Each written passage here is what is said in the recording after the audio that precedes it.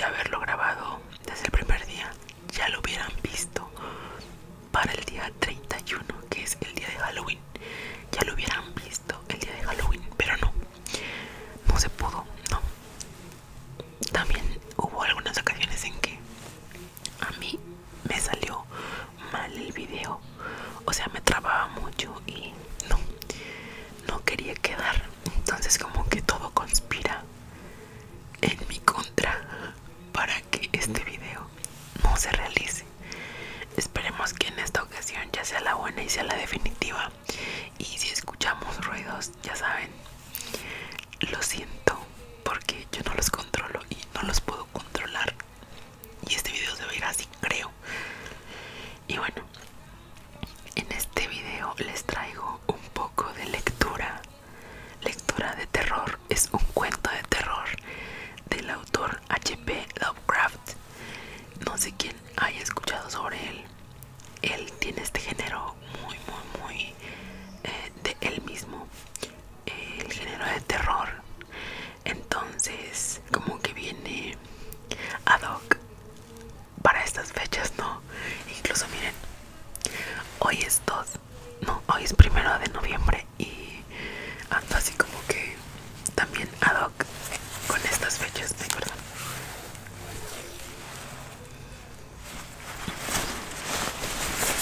Por presumirles mi playerita. Y sí, entonces elegí esta lectura, este cuento de terror que se titula Los Amados Muertos. No sé quién ya lo haya escuchado porque este escritor es muy conocido. Entonces, quien no lo haya escuchado, pues espero les guste mucho. Y lo tuve que imprimir porque el libro que tenía mi hermana se lo llevó, se lo presté y se lo llevó a su casa. Entonces por eso tuve que imprimir las hojas. Son 6 hojas y espero que en este video quede toda la lectura completa. Si veo que está muy largo, tal vez sean 2 videos, pero ojalá y pueda hacerlo en un solo video. Ok, entonces empezamos. Esta lectura se llama Los Amados Muertos.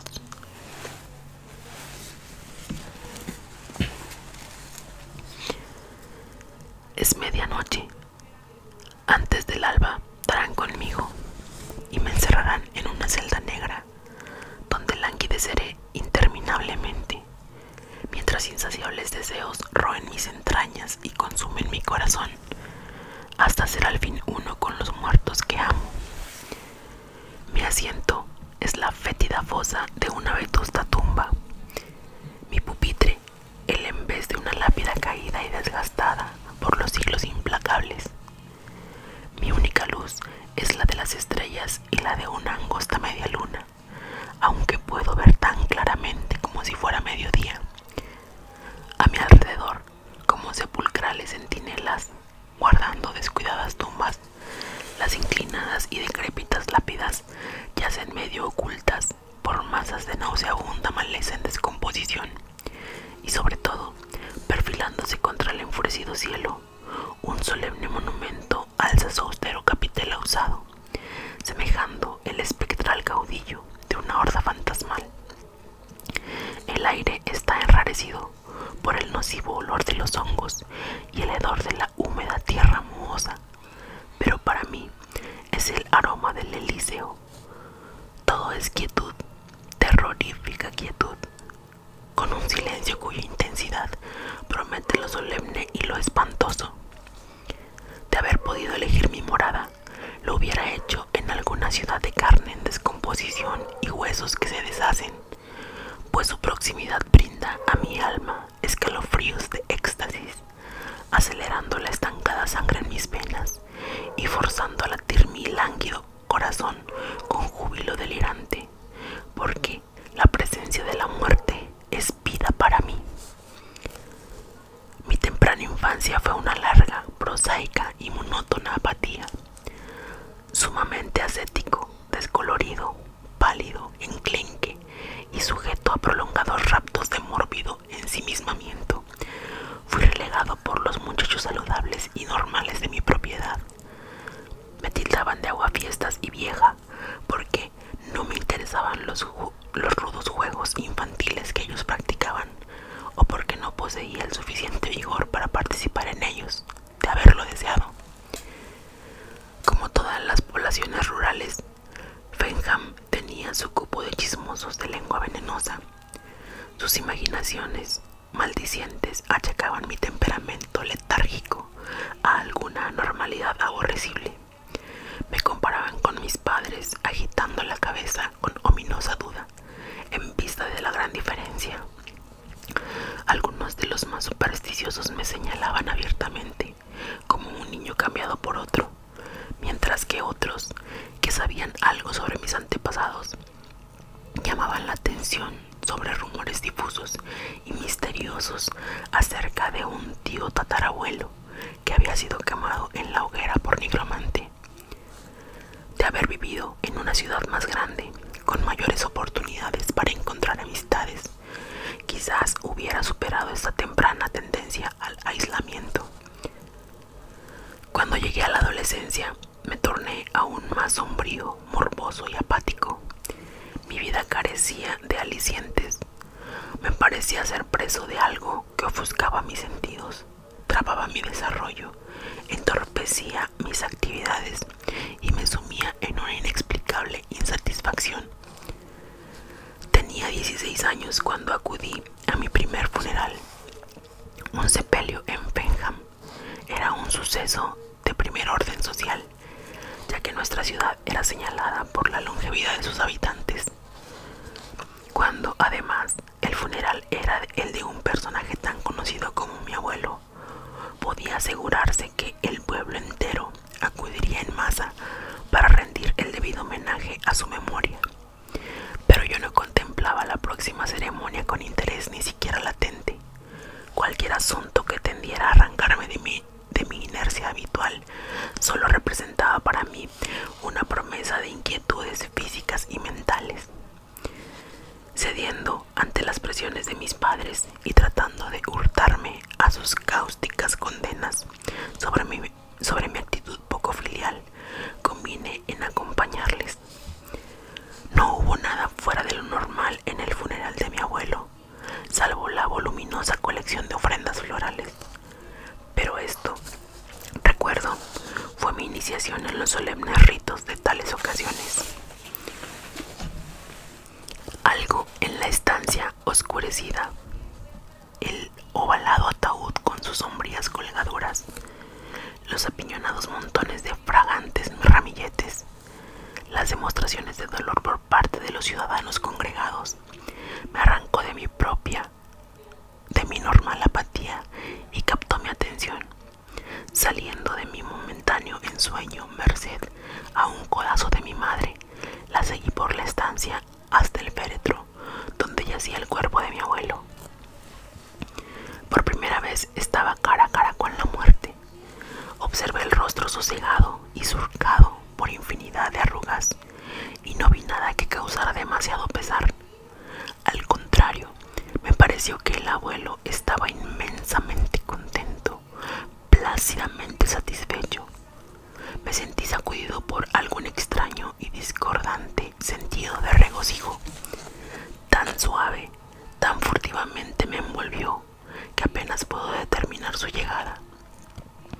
Mientras rememoro lentamente ese instante portentoso, me parece que debe haberse originado con mi primer vistazo a la escena del funeral, estrechando silenciosamente su cerco con sutil insidia. Una funesta y maligna influencia que parecía provenir del cadáver mismo me aferraba con magnética fascinación. Mi mismo ser parecía cargado de electricidad estática y sentí mi cuerpo tensarse involuntariamente. Mis ojos intentaban traspasar los párpados cerrados del difunto y leer el secreto mensaje que ocultaban. Mi corazón dio un repentino salto de júbilo impío, batiendo contra mis costillas con fuerza demoníaca, como tratando de librarse de las acotadas paredes de mi caja torácica. Una salvaje y desenfrenada sensualidad complaciente me envolvió. Una vez más, el vigoroso codazo maternal me devolvió a la actividad. Había llegado con pies de plomo hasta el ataúd tapizado de negro. Me alejé de él con vital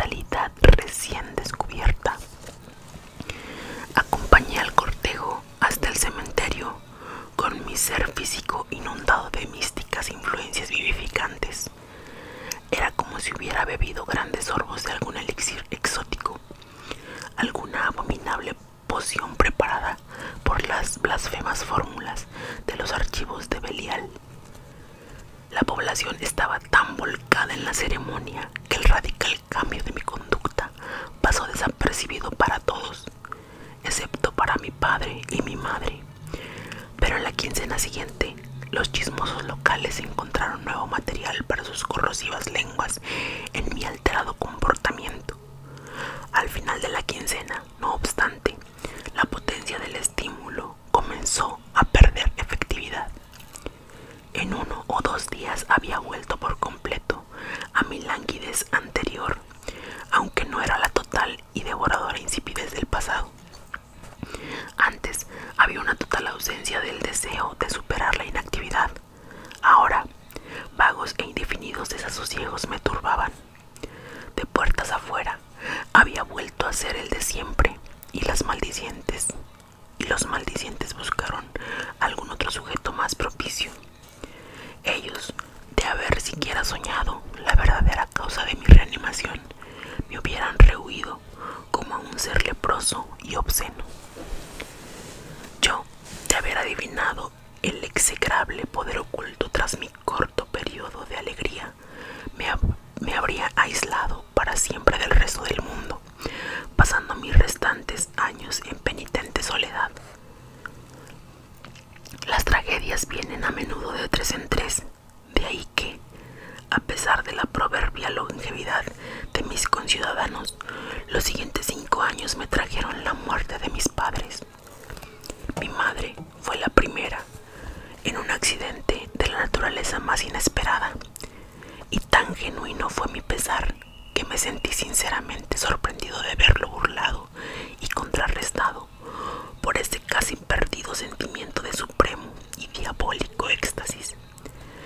De nuevo mi corazón brincó salvajemente. Otra vez latió mi corazón con velocidad galopante, enviando la sangre caliente a recorrer mis venas con meteórico fervor. Sacudí de mis hombros el fatigoso manto de inanición, solo para reemplazarlo por la carga infinitamente más horrible del deseo repugnante y profano. Busqué la cámara mortuoria donde yacía el cuerpo de mi madre, con el alma sedienta de ese diabólico néctar que parecía saturar el aire de la estancia oscurecida. Cada inspiración me vivificaba, lanzándome a increíbles cotas de seráfica satisfacción. Ahora sabía que era como el delirio provocado por las drogas y que pronto pasaría, dejándome igualmente ávido de su poder maligno.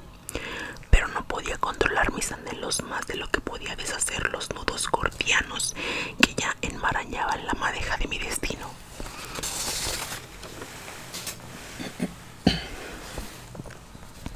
Demasiado bien sabía que, a pesar de alguna extraña maldición satánica, la muerte era la fuerza motora de mi vida, que había una singularidad en mi constitución que solo respondía a la espantosa presencia de algún cuerpo sin vida.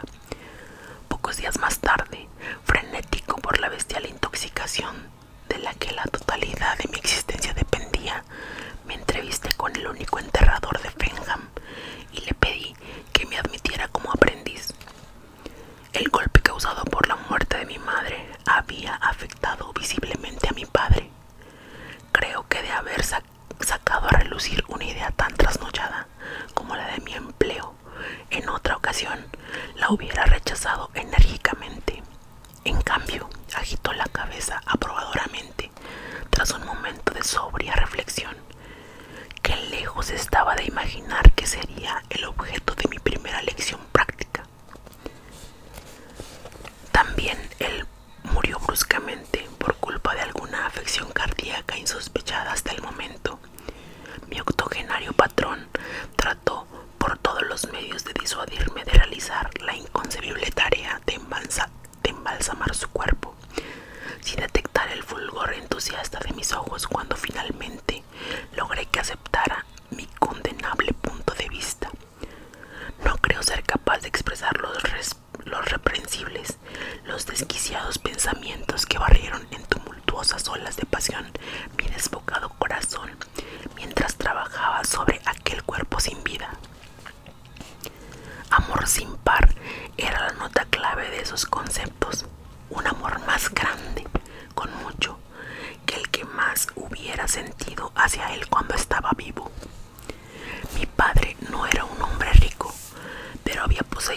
bastantes bienes mundanos como para ser lo suficientemente independiente. Como su único heredero, me encontré en una especie de paradójica situación. Mi temprana juventud había sido un fracaso total en cuanto a prepararme para el contacto con el mundo moderno, pero la sencilla vida de Fenham, con su cómodo aislamiento, había perdido sabor para mí.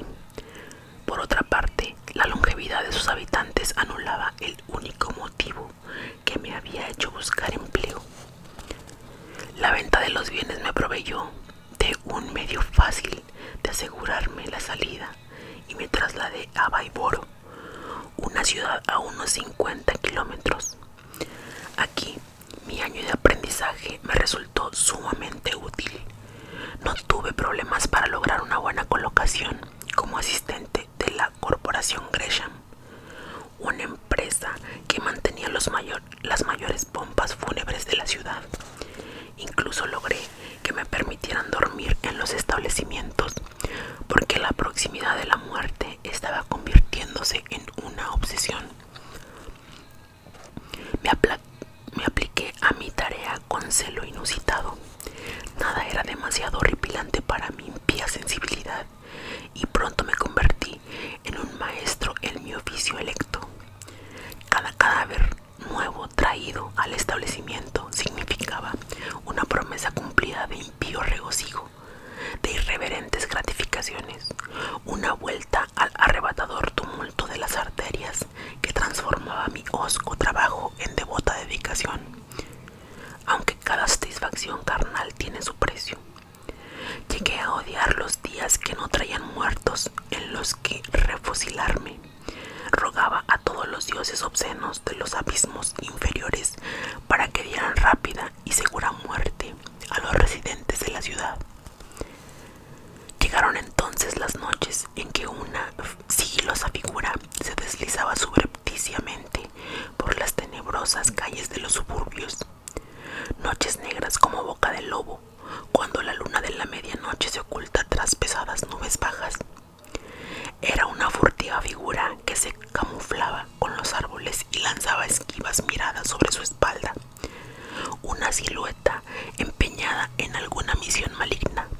Tras una de esas noches de merodeo, los periódicos matutinos pudieron vocear a su clientela ávida de sensación los detalles de un crimen de pesadilla, columna tras columna de ansioso morbo sobre abominables atrocidades, párrafo tras párrafo de soluciones imposibles y sospechas contrapuestas y extravagantes.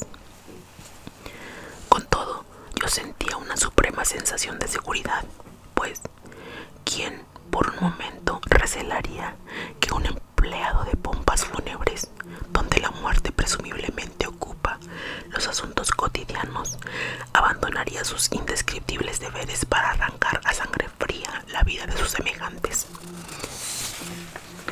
Planeaba cada crimen con astucia demoníaca, variando el método de mis asesinatos para que nadie los supusiera obra de un solo par de manos ensangrentadas.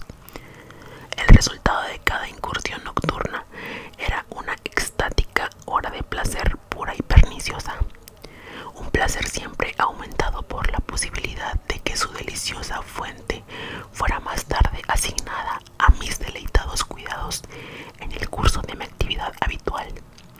De cuando en cuando ese doble y postrer placer tenía lugar. Oh, recuerdo escaso y delicioso. Durante las largas noches en que buscaba el refugio de mi santuario, era incitado por aquel silencio de mausoleo a idear nuevas e indecibles formas de prodigar mis afectos a los muertos que amaba, los muertos que me daban vida. Una mañana, el señor Gresham acudió mucho más temprano de lo habitual. Llegó a encontrarme tendido sobre una fría losa, hundido en un sueño monstruoso, con los brazos alrededor del cuerpo rígido, tieso y desnudo de un fétido cadáver. Con los ojos llenos de una mezcla de repugnancia y compasión, me arrancó de mis alaces sueños. Educada, pero firmemente me indicó que debía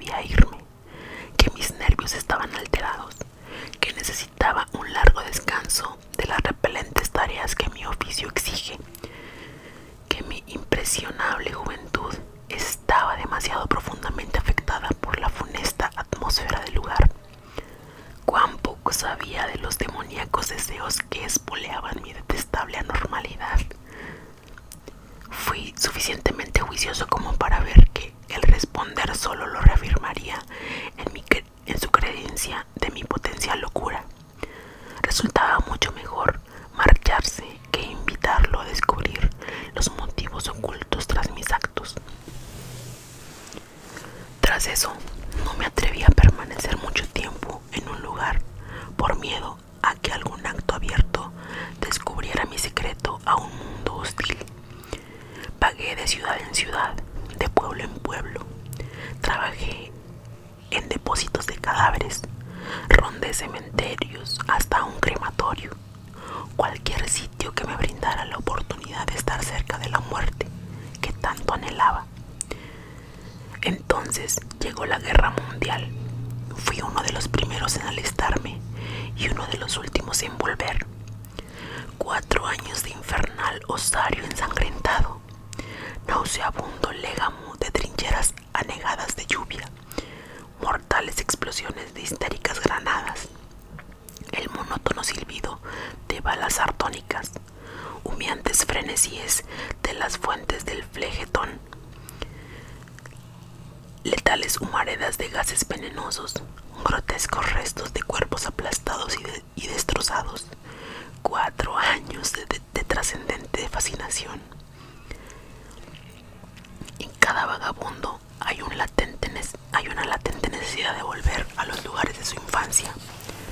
Unos pocos meses más tarde me encontré recorriendo los familiares y apartados caminos de Fenham. Deshabitadas y ruinosas granjas se alimentaban. Deshabitadas y ruinosas granjas se alineaban junto a las cunetas, mientras que los años habían deparado un retroceso igual en la propia ciudad. Apenas había un puñado de casas ocupadas, aunque entre ellas estaba la que una vez yo considerara mi hogar. El sendero descuidado e invadido por malas hierbas, las persianas rotas, los incultos terrenos de detrás, todo era una muda confirmación de las historias que había obtenido con ciertas indagaciones, que ahora cobijaba a un borracho disoluto, que arrastraba a una mísera existencia con las faenas que le encomendaban algunos vecinos, por simpatía hacia la maltratada esposa y el malnutrido hijo que compartían su suerte. Con todo esto, el encanto que envolvía a los ambientes de mi juventud había desaparecido totalmente. Así, acuciado por algún temerario impulso errante, volví mis pasos a Baiboro. Aquí también los años habían traído cambios, aunque en sentido inverso. La pequeña ciudad de mis recuerdos casi había duplicado su tamaño a pesar de su despoblamiento en tiempo de guerra. Instintivamente busqué mi primitivo lugar de trabajo, descubriendo que aún existía, pero con nombre desconocido, y un sucesor de sobre la puerta, puesto que la epidemia de gripe había hecho presa del señor Gresham, mientras que los muchachos estaban en ultramar. Alguna fatídica disposición me hizo pedir trabajo. Comenté mi aprendizaje bajo el señor Gresham con cierto recelo, pero se había llevado a la tumba el secreto de mi poco ética conducta. Una oportuna vacante me aseguró la inmediata recolocación. Entonces volvieron erráticos recuerdos sobre noches escarlatas de impíos peregrinajes y un incontrolable deseo de reanudar aquellos ilícitos placeres. Hice a un lado la precaución, lanzándome a otra serie de condenables desmanes. Una vez más, la prensa amarilla dio la bienvenida a los diabólicos detalles de mis crímenes, comparándolos con las rojas semanas de horror que habían pasmado a la ciudad años atrás. Una vez más, la policía lanzó sus redes, sacando entre sus enmarañados pliegues nada. Mi sed del nocivo néctar de la muerte creció hasta ser un fuego devastador y comencé a acortar los periodos entre mis odiosas explosiones. Comprendí que pisaba suelo resbaladizo, pero el demoníaco deseo me aferraba con torturantes tentáculos y me obligaba a proseguir. Durante todo este tiempo mi mente estaba volviéndose progresivamente insensible a cualquier otra influencia que no fuera la satisfacción de mis enloquecidos anhelos. Dejé deslizar en alguna de esas maléficas escapadas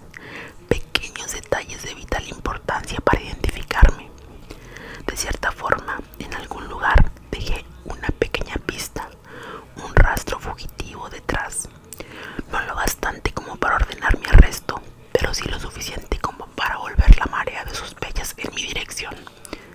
Sentía el espionaje, pero aún así era incapaz de contener la imperiosa demanda de más muerte para acelerar mi enervado espíritu.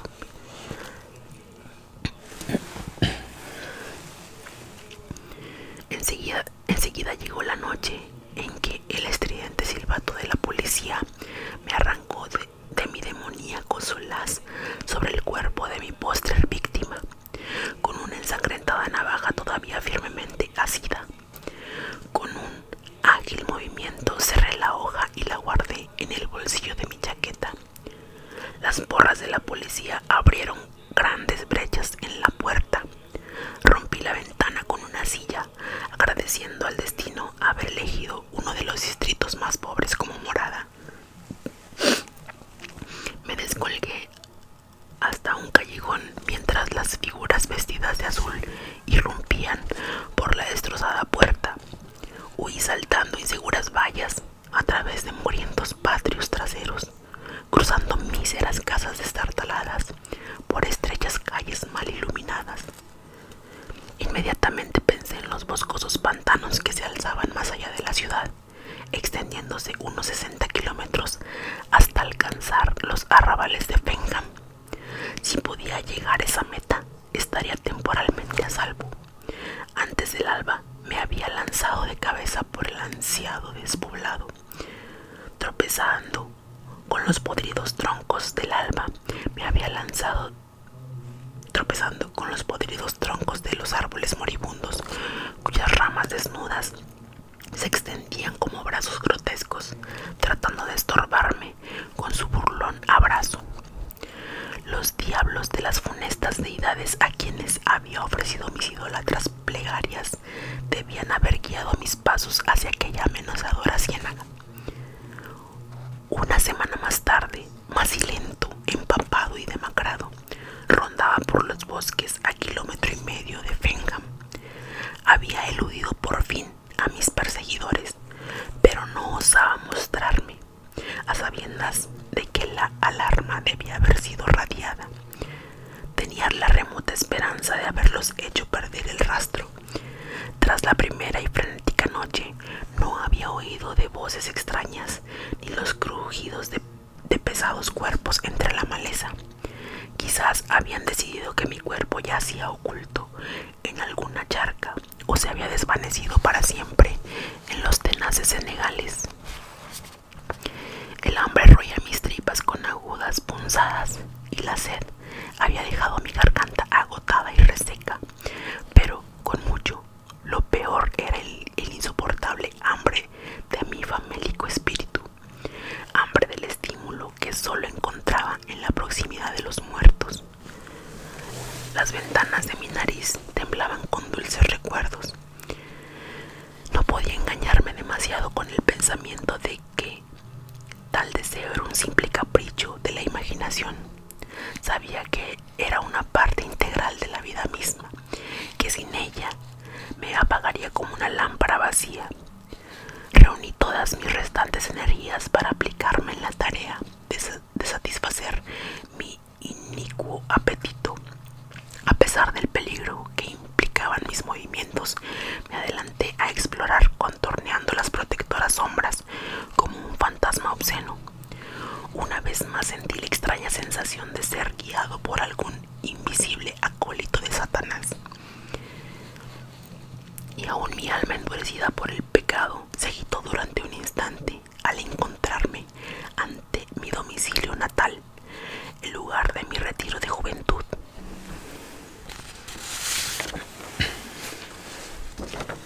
Luego, esos inquietantes recuerdos pasaron. En su lugar llegó el ávido y abrumador deseo. Tras las podridas cercas de esa vieja casa aguardaba a mi presa. Un momento más tarde había alzado una de las destrozadas ventanas y me había deslizado por el alféizar. Escuché durante un instante, con los sentidos alerta y los músculos listos para la acción. El silencio me recibió. Con pasos felinos recorrí las familiares estancias hasta que unos ronquidos estentóreos me indicaron el lugar donde encontraría remedio a mis sufrimientos. Me permití un vistazo de éxtasis anticipado mientras franqueaba la puerta de la alcoba. Como una pantera me acerqué a la tendida forma sumida en el estupor de la embriaguez. La mujer y el niño, ¿dónde estarían? Bueno, podían esperar. Mis engarfados dedos se deslizaron hacia su garganta. Horas más tarde volví a ser el fugitivo, pero una renovada fortaleza robada era mía. 3 silenciosos cuerpos dormían para no despertar. No fue hasta que la brillante luz del día invadió mi escondrijo que visualicé las inevitables consecuencias de la temeraria obtención de alivio. En ese tiempo, los cuerpos debían haber sido descubiertos. Aún el más obtuso de los policías rurales seguramente relacionaría la tragedia con mi huida de la ciudad vecina. Además, por primera vez había sido lo bastante descuidado como para dejar alguna prueba tangible de identidad. Las huellas dactilares en las gargantas de mis recientes víctimas. Durante todo el día temblé preso de aprehensión nerviosa. El simple chasquido de una ramita seca bajo mis pies conjuraba inquietantes imágenes mentales. Esa noche, al amparo de la oscuridad protectora, bordeé Fenham y me interné en los bosques de más allá. Antes del alba tuve el primer indicio definido de la renovada persecución, el distante ladrido de los sabuesos. Me apresuré a través de la larga noche, pero durante la mañana pude sentir cómo mi artificial fortaleza menguaba. El mediodía trajo una vez más la persistente llamada de la perturbadora maldición y supe que me derrumbaría de no volver a experimentar la exótica intoxicación que solo llegaba en la proximidad de mis adorados muertos. Había viajado en un amplio semicírculo. Si me esforzaba en línea recta, la medianoche me encontraría en el cementerio donde había enterrado a mis padres años atrás. Mi única esperanza, lo sabía, residía en alcanzar esta meta antes de ser capturado. Con un silencioso ruego a los demonios que dominaban mi destino, me volví encaminando mis pasos en la dirección de mi último baluarte. Dios, pueden haber pasado escasas 12 horas desde que partí hacia mi espectral santuario. He vivido una eternidad en cada pesada hora, pero he alcanzado una espléndida recompensa. El nocivo aroma de este descuidado paraje es como incienso para mi doliente alma. Los reflejos del alba clarean en el horizonte. Vienen. Mis agudos oídos captan el todavía lejano aullido de los perros.